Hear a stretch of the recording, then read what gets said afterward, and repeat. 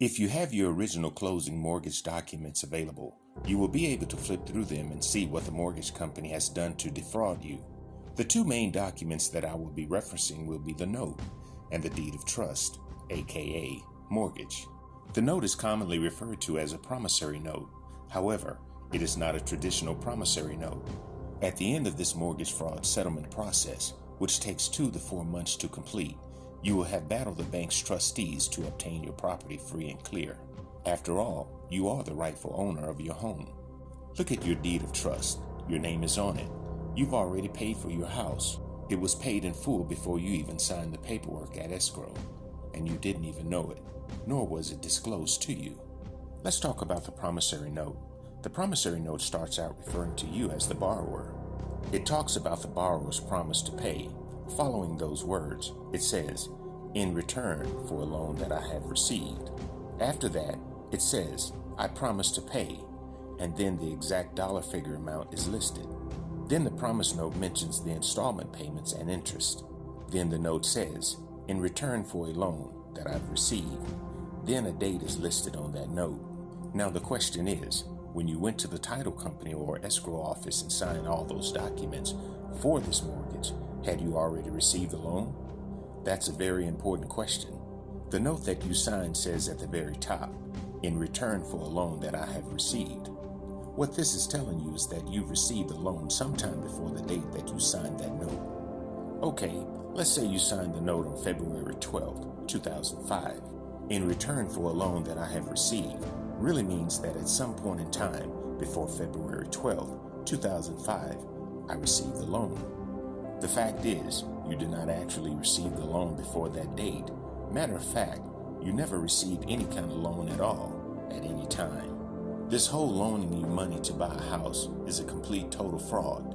The court knows it, the bank knows it, they all know it. The only one that don't know it is you.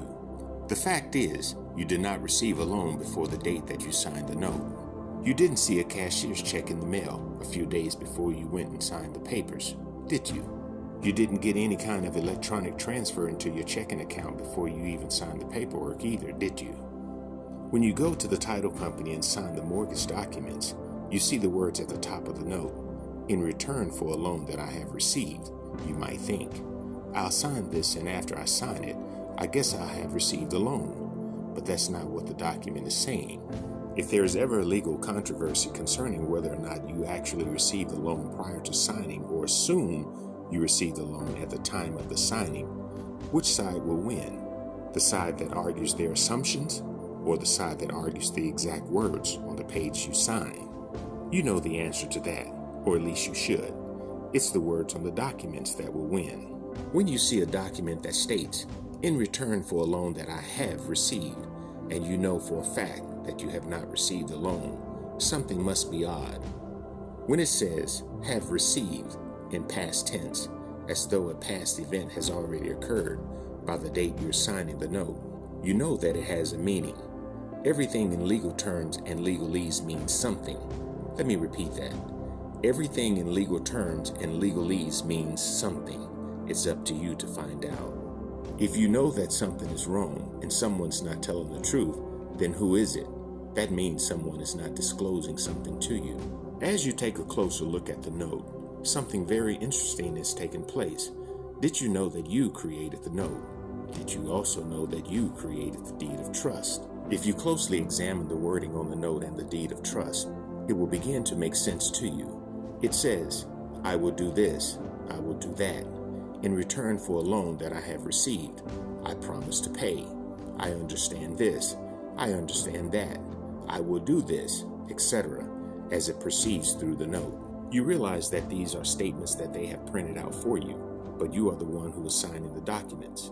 So it appears as though you have produced and provided these documents to them. In signing these documents, you assert that, "In return for a loan that I have received." It looks as though they are tricking you into signing a statement that isn't true, you might think. At some point in time in your latter years, you may have an epiphany and think, "Hey, they made me sign a statement that wasn't true. It was a lie." By doing this, the bank is putting that lie that you've received a loan into your mouth. You are the one that's signing it and saying it, and that gives the bank the privilege to say, the borrower says and agrees that they've received the loan, so we'll proceed on the basis of what they said and signed to. The bank will then go ahead and proceed as though you received it, and then they will require you to make payments, plus interest. This is not a fair transaction when no loan was provided to you in the transaction.